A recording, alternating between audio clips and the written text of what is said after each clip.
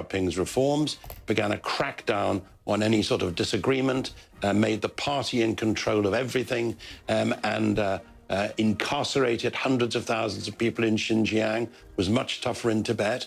I think that's also been shown by a toughening of the line on Hong Kong.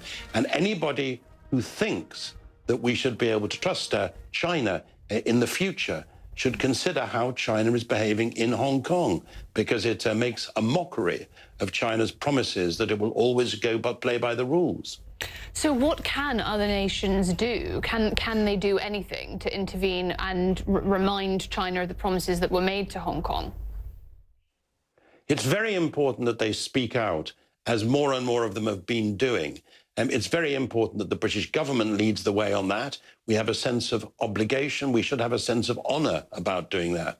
But it's also very important that governments, as they have been doing, point out that it's going to damage Hong Kong if it just seems to be treated like any other Chinese mainland city.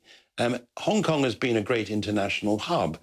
People are prepared to behave towards it as an economic unity, as though it's different from the rest of China. But as Congress in the United States has been suggesting, if Hong Kong just looks like the rest of China, the danger is it gets sucked into the trade wars between China and others. We don't want to see that. It would be bad and damaging for Hong Kong. And it's extraordinary that the government in Hong Kong, I don't think they call the shots, frankly. I think they just do what the Chinese communist regime tells them to do. But it's very, very sad they're not prepared to stand up for Hong Kong business, as well as for the ordinary citizens of Hong Kong, who showed in their hundreds of thousands what they think about this.